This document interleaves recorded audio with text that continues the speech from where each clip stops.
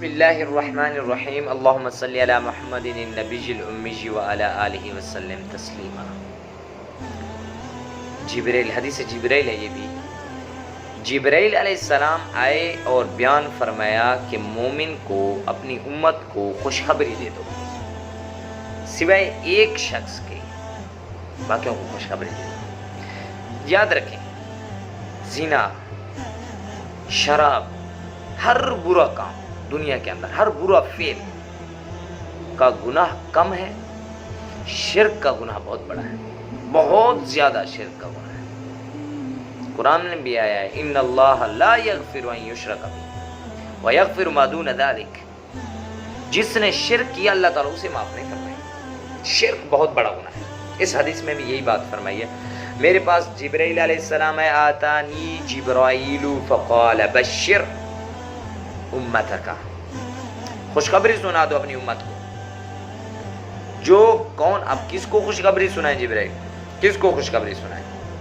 اپنی امت کو خوشخبری سنا دو جو اس حالت میں مر جائے، اس حالت میں مر گیا کہ شرک نہ کرتا تھا۔ اب آپ لوگ کہیں گے کہ شرک کسے کہتے ہیں؟ اللہ تعالیٰ کی صفات، جو اللہ تعالیٰ کی صفت ہے، جو کمال اللہ تعالیٰ کا ہے، وہ اس میں کسی دوسرے کو شریک ٹھہرا لینا، یہ شرک ہے۔ مشکل کشا، حاجت روا کون ہے؟ اللہ تعالیٰ کی ذات ہے جو ہر مشکل کو آسان کر دیتی ہے، اللہ تعالیٰ کی ذات ہے۔ حاجتیں، ضرورتیں اللہ تعالیٰ کی ذات پوری کرتی ہے، پھر آپ کہتے ہیں مشکل کشا اور حاجت روا یہ فلاں ہے، تو یہ شرک ہے۔ تو جو شخص اس حالت میں مر جائے کہ شرک نہیں کیا تو اسے جنت کو خوشخبری سنا دو۔ تو آگے دیکھیں، آگے آپ صلی اللہ علیہ وسلم نے یہ سوال بھی کیا، تو وہ جنت میں داخل ہو جائے گا۔ میں نے پوچھا جبرائیل اگر وہ چوری کرتا ہو پھر، اور زنا کرتا ہو پھر؟ تو انہوں نے کہا چاہے وہ شراب بھی پیتا ہو، دیکھیں، چاہے وہ شراب بھی پیتا ہو، شرک نہ کرتا ہو، شرک بڑا گناہ ہے۔ تو اس کا مفہوم میں ایک بیان کرتا جاؤں تو یہ زنا اور شراب اگر دنیا کے اندر توبہ کر لی تو ٹھیک، اگر توبہ نہ کی تو یہ گناہ کبیرہ ہے، اور گناہ کبیرہ ہے اور اس کی سزا ملے گی۔ سزا جزا ملنے کے بعد مومن، آپ نے حدیث میں پڑھا ہوگا کہ کوئی مومن جہنم میں باقی نہیں رہے گا۔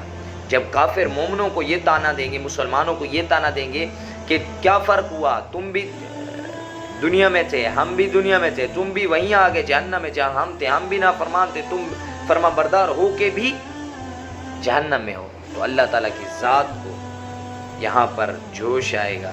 اللہ تعالیٰ کی ذات یہاں پر تمام مومنوں کو اپنا جہنم سے نکال لیں گے۔ جوش، خیر مجھے یہ الفاظ نہیں استعمال کرنا چاہیے تھا، جوش نہیں، اللہ تعالیٰ کی ذات تمام مومنوں کو پھر نکلوا لیں گے جہنم سے، تو سزا جزا ملے گی، اس کے بعد وہ جنت میں داخل ہوگی۔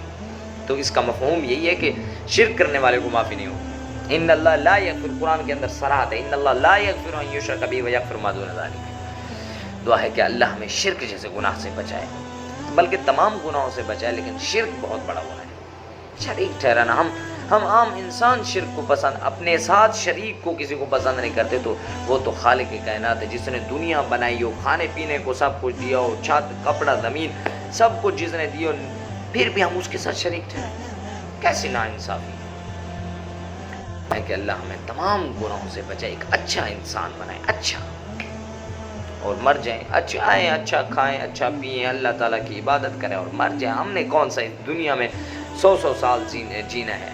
اب تو مسافروں کی طرح آئیں گے بس جنت میں، پھر ہمارے لیے تو اللہ تعالیٰ نے جنت تیار کی ہے، انشاءاللہ جنت ہمارے لیے، کافروں کے لیے تو نہیں ہے، جنت ہمارے لیے۔